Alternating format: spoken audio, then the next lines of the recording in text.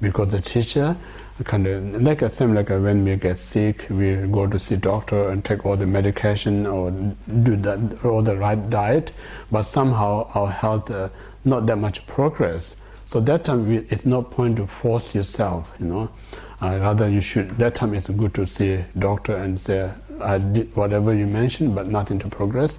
So what's wrong with?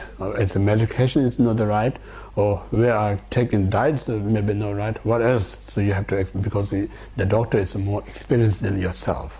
So similarly, when you meditate struck, so that time it's the best person to ask the teacher. If you ask this thing someone who your fellow Dharma brother, sister, themselves don't have much experience, makes you more confused. Yeah?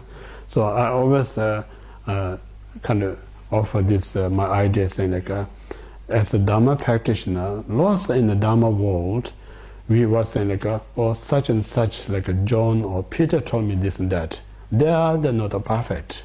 Yeah? So how we kind of being a good reason is bring the quotation from the great Indian masters, the Tibetan masters. The Nagarjuna said that, and then that's the really valid what to do the right things. Not that Peter or John what they said, So in the Dhamma world, we just bring out this kind of someone's name, because they themselves is imperfect, then they are not valid to what you're doing is the correct. So in this reason, I recommend it to really read Kamala Shila's stages of meditation. Also good to read Shantideva's chapter 8, the contemplation chapter, Or you can read Mahayana Sutta Alamkara by Maitreya Buddha. So if you read these texts, that really great emphasize about the meditation. So these are the more valid texts. So that helps you how to progress your meditation. So in this way, then eventually one will really attain a single pointness of a desire. Then continuously when you meditate, eventually you attain we call the real shamatha. So how it works is I mentioned yesterday, mind and breathing goes together. So when together means when your mind upset, then your breathing is breathing in the wrong vein. So when it's breathing in the wrong vein, it affects your body. Body feels very uncomfortable. So now you're training this single pointed. Eventually, more you have a correct concentration. It's creating your breathing also a much more correct way. So when you have a correct breathing, the correct breathing goes in your body. It gives you a deep relaxation.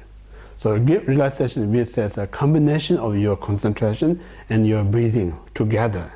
So when you really tune this breathing in the right channel, then you have such a kind of comfort in your body.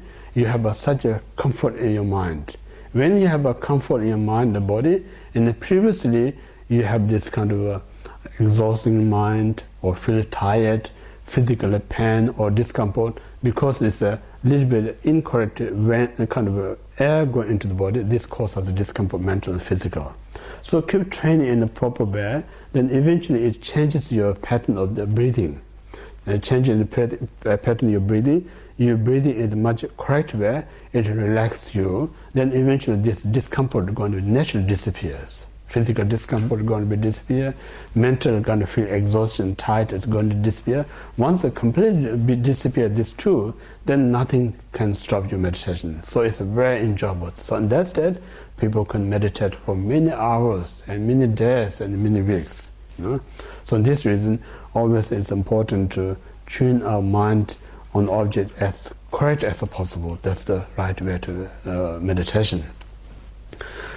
So in this way, as a meditator, we always important to first find the quiet place. Yeah, it's important, very quiet place, and then sit in a very comfortable state, and then place your mind in a very correct way on object. Yeah, so in this way, then eventually your mind get more clear and clear. So more you clear your mind, that very mind is the right mind to analyze what's the absolute truth. For instance, if someone get drunk, if you're telling all the whatever you need to discuss is just wasting all your time when someone get drunk, because their mind is not right frame, it's no point to discuss. So similarly, when we have this delusional mind, with the delusional mind, how much we try hard to search absolute truth, impossible we can find. You know? So only way to find the absolute truth is like we have to what we call the hang over this delusion drunk. So when we hang over this delusion drunk, our mind is much more clear. So this clear mind is the right mind to find the absolute truth. So at the moment we are drunk, with this very drunk mind want to know what is absolute truth, it is almost impossible to find what's there. So therefore the shamatha is kind of very important to develop this vipassana meditation. Yeah. So in this way, then vipassana is not separate from the shamatha meditation. So vipassana is like a very shamatha. When you have a very clear mind, it becomes like a then very this very clarity mind become like a shamatha, vipassana meditation or vipassana mind or inside mind. So now to describe this second, like there's three parts, like first shamatha, second vipassana, and third together. So we complete the shamatha, now we talk about second vipassana or insight mind, wisdom mind. So when we talk about vipassana, object that we use during the shamatha, like we talk about when we train our mind, we use one object of shamatha. But the reality, all the conventional phenomena is object of shamatha. Yeah. So training, like when we say, when you train army, you target is like a kind of a false enemy there. But the real object is like every enemies. So similar, like training is like one object. Real object is all phenomena. Yeah. So this all phenomena in our delusional mind normally sees as real. But when we really examining or analyze what they say, like all this real phenomena is no other than like a reflection. Yeah, it's a reflection of the mind. Like I said, when you see reflection moon in the water, people who don't have a knowledge of illusion, they may think moon in the water. But the reality, what you see is like a reflection, not the real moon. So same like everything out there, what we see is a reflection of the mind. Yeah? Whatever karmic imprint on our mind, that very much reflect out there. So whatever we see out there, these phenomena not exist in absolute state by itself. Yeah? So in this way, what we say like appearance of phenomena and the reality phenomena are two things. Appearance of phenomena exists in our illusion state of the mind, but the reality is not exist as we perceive. So these things not easy kind of to understand. So we need to further develop wisdom to analyze, to examining what we see is really existent or non-existent. Without investigating, just simply say it's non-existent, then that state you meditate, you more fall into either nihilism or nothingness. That's not the absolute view. So before you actually meditate as emptiness, you thoroughly investigate as far as you can go. Then through your own mind or wisdom, one day you're going to realize there's no such a thing that exists, whatever I search. So that time you actually realize the absolute truth. And that state of what you're meditating is not nothingness, not nihilism, because there's nothing to find. So that's the reality. So in this way, now we describe about the vipassana part. So it means like what we say like whatever appearance expect phenomena, whatever the existent, but this very appearance is not exist in absolute state. So it means the appearance and the reality inseparable. We call the samsara, nirvana is inseparable, we talk about. Inseparable not means like it's a one, we're not talking about that one. If it's a one, then the person who says samsara should see the nirvana. You know, person who in the nirvana in the samsara, we're not talking about one. So inseparable means neither one nor separate. because it's not one.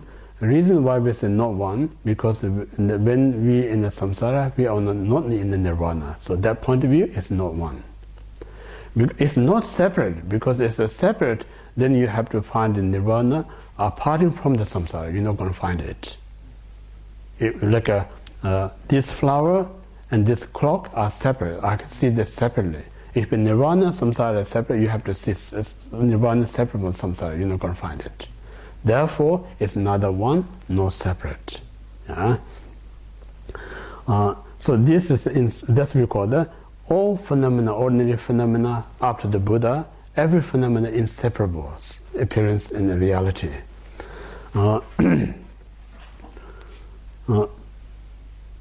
So now, we more kind of talk about this investigation part of vipassana. When we talk about the vipassana,